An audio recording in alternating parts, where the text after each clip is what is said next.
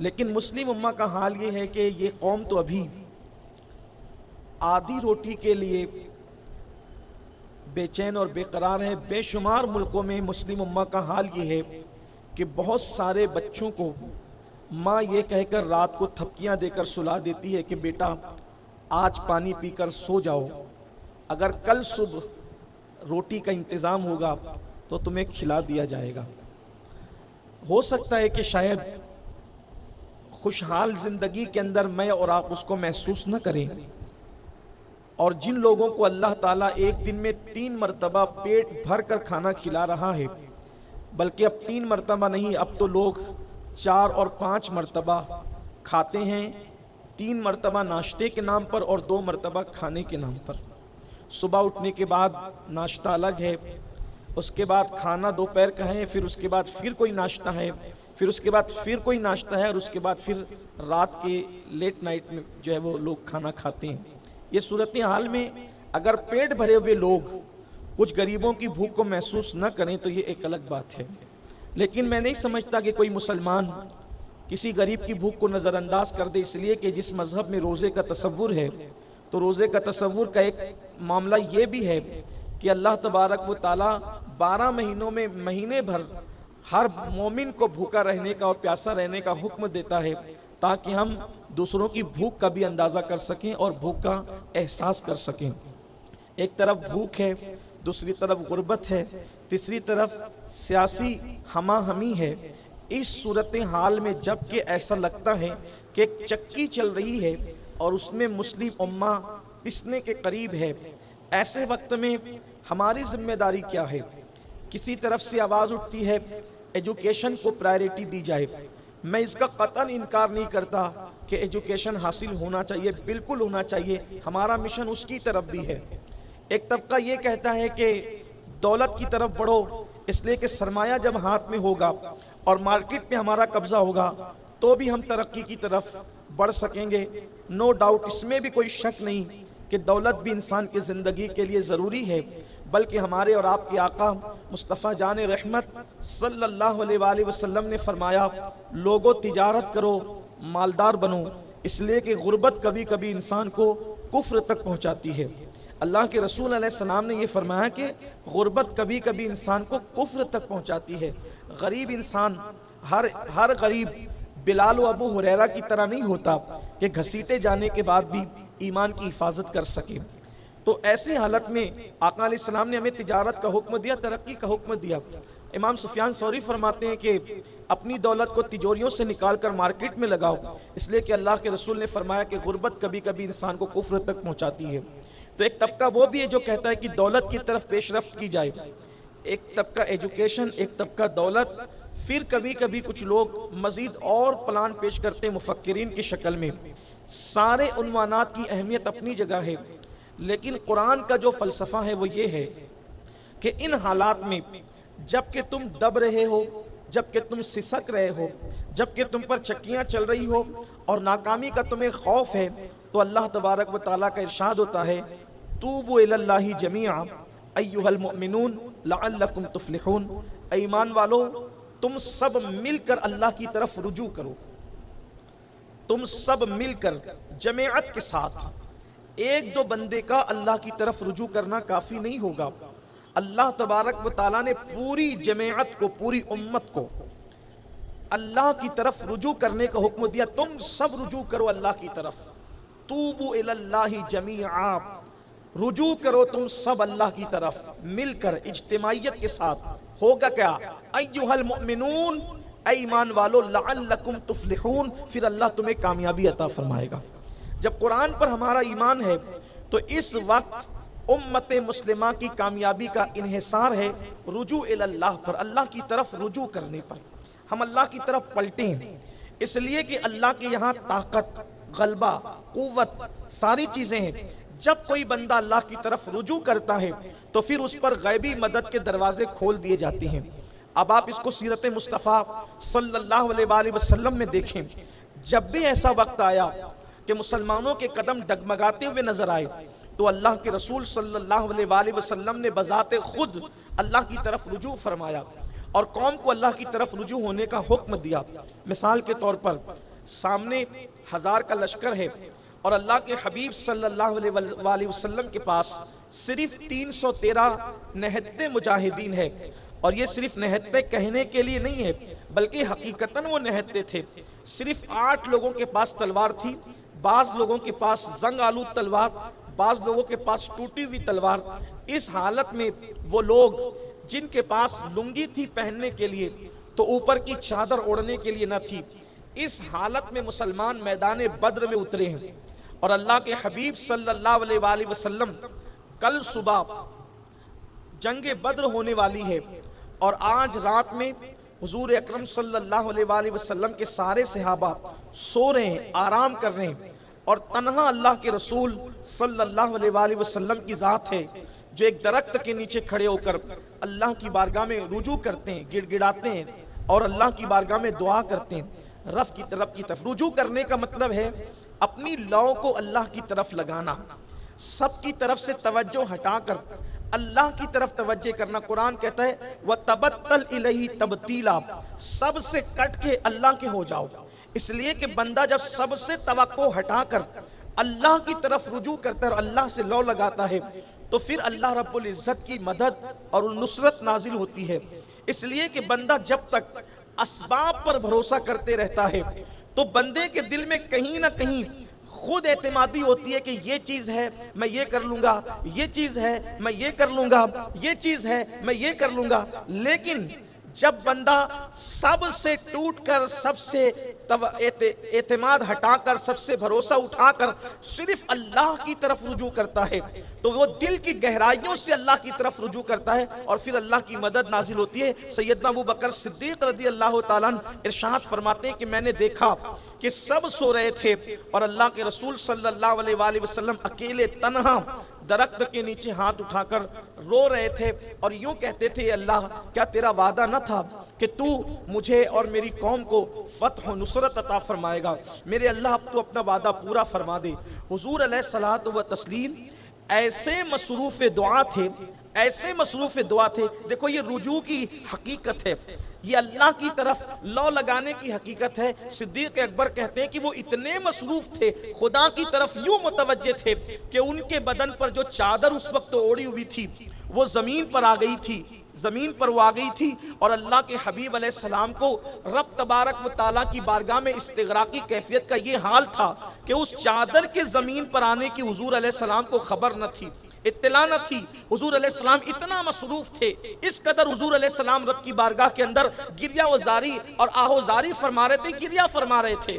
मैंने जब देखा कि अल्लाह के हबीब अलैहिस्सलाम की ये कैफियत है, मुसलसल आंसू हैं और आंसुओं से दाढ़ी तर हो चुकी है, तो मैंने वो चादर उठाई और अल्लाह के हबीब अलैहिस्सलाम के कंधों पर डाली और मैंने अर्ज की कि या रसूल अल्लाह आप जो है वो खातिर पर इतना मलाल न लाएं, इंशाअल्लाह अल्लाह का वादा पूरा हो करके रहेगा। और फिर दुनिया ने देखा कि अल्लाह का वादा पूरा होकर रहा। ये एक मुफक्किर का कौल है कि जिस वक्त अहले बद्र में, बद्र के मैदान में लड़ने वाले सब सो रहे थे, अल्लाह ने सब पे नींद तारी कर दी थी, तन्हा अल्लाह के रसूल जग रहे थे और दुआ कर रहे थे। यहाँ पर एक मुफक्किर सीरत निगार बहुत खूबसूरत बात कहते हैं कि आखिर हुजूर ही क्यों जग रहे थे, सब सो रहे थे तो हुजूर अलैहिस्सलाम के जगने की वजह क्या थी।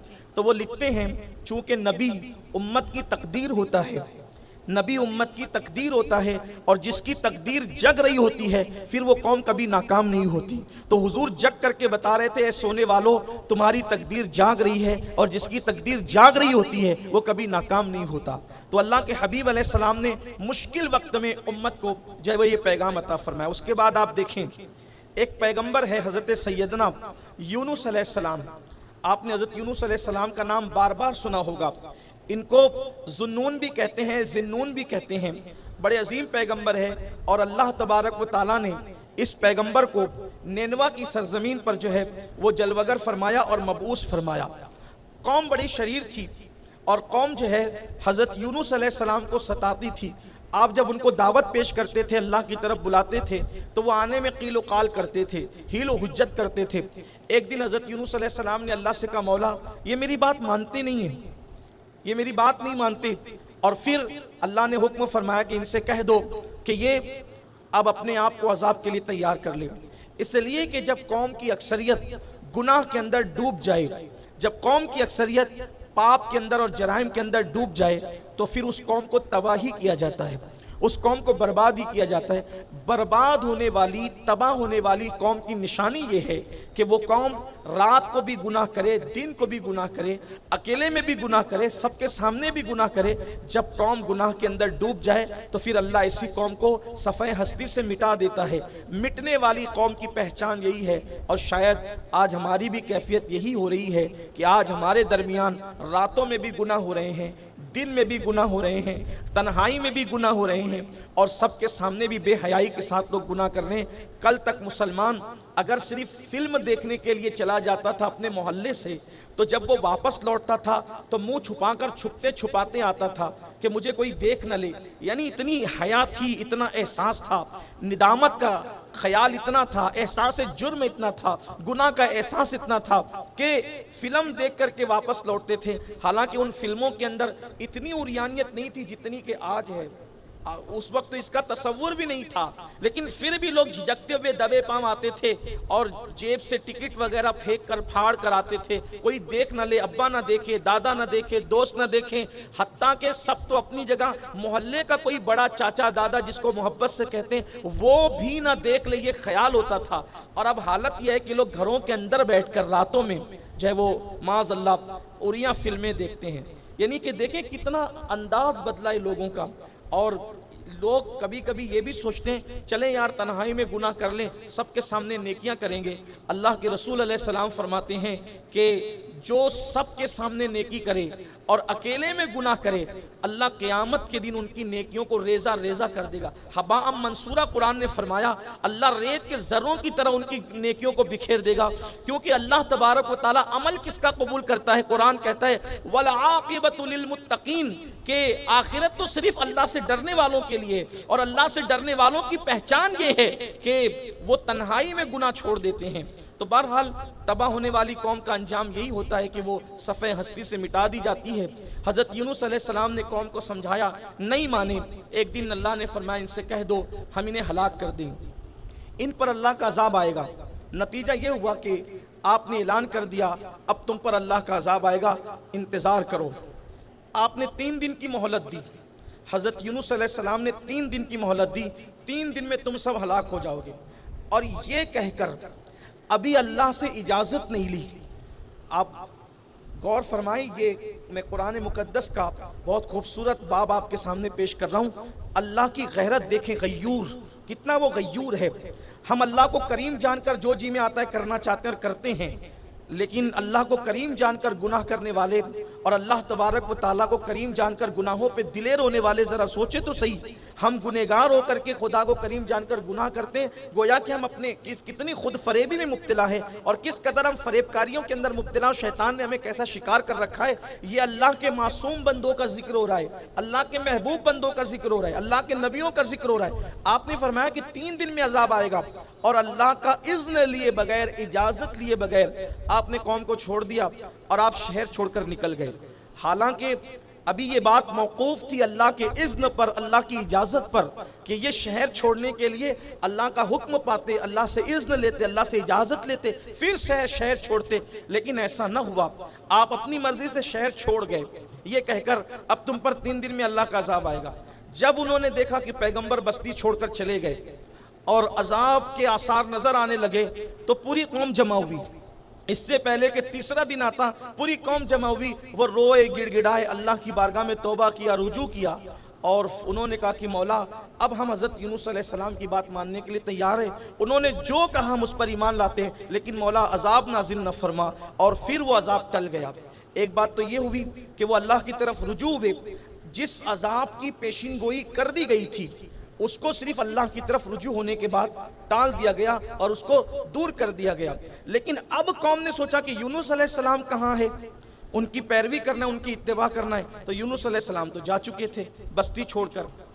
अब ये बस्ती छोड़कर गए तो साथ में इनके बच्चे भी थे, 2 बच्चे थे। और फिर अल्लाह ने ये उनसे उनका इम्तिहान लिया कि एक बच्चे को दरिया पार कराने जा रहे थे तो बच्चा डूब गया, दूसरे को जानवर उठाकर ले गया। इसी तरीके से आपकी बीवी भी आपसे खो गई। ये सारे हालात हुए। एक कश्ती जा रही थी, कश्ती वाले नजर आए तो यूनुस अलैहिस्सलाम को उन्होंने अपनी कश्ती में बिठा लिया।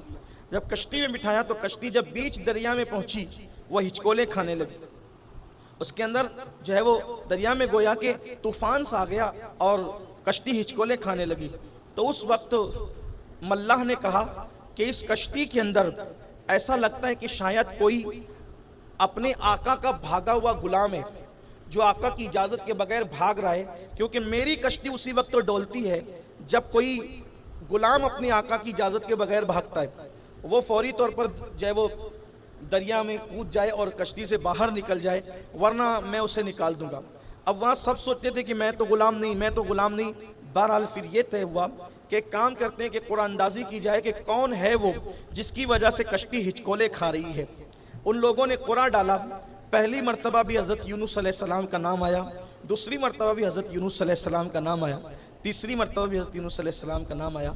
अंदाज़ा करें वो लोग जिन्होंने अपनी ज़िंदगी में नमाजें ही छोड़ दी है, अल्लाह के घर में नहीं आते, जो हराम खाते हैं, जिन लोगों का हाल ये है कि गालियाँ उनकी ज़बानों पर है, जो जी में आता है करते हैं। अंदाज़ा करें अल्लाह का पैगंबर मासूम नबी जिसने पूरी ज़िंदगी अल्लाह की राह में लगा दी, सिर्फ एक बात हुई कि बस्ती छोड़ने के लिए अल्लाह से इजाज़त नहीं ली तो अल्लाह ताला ने किस इम्तिहान में उनको मुब्तला फरमाया।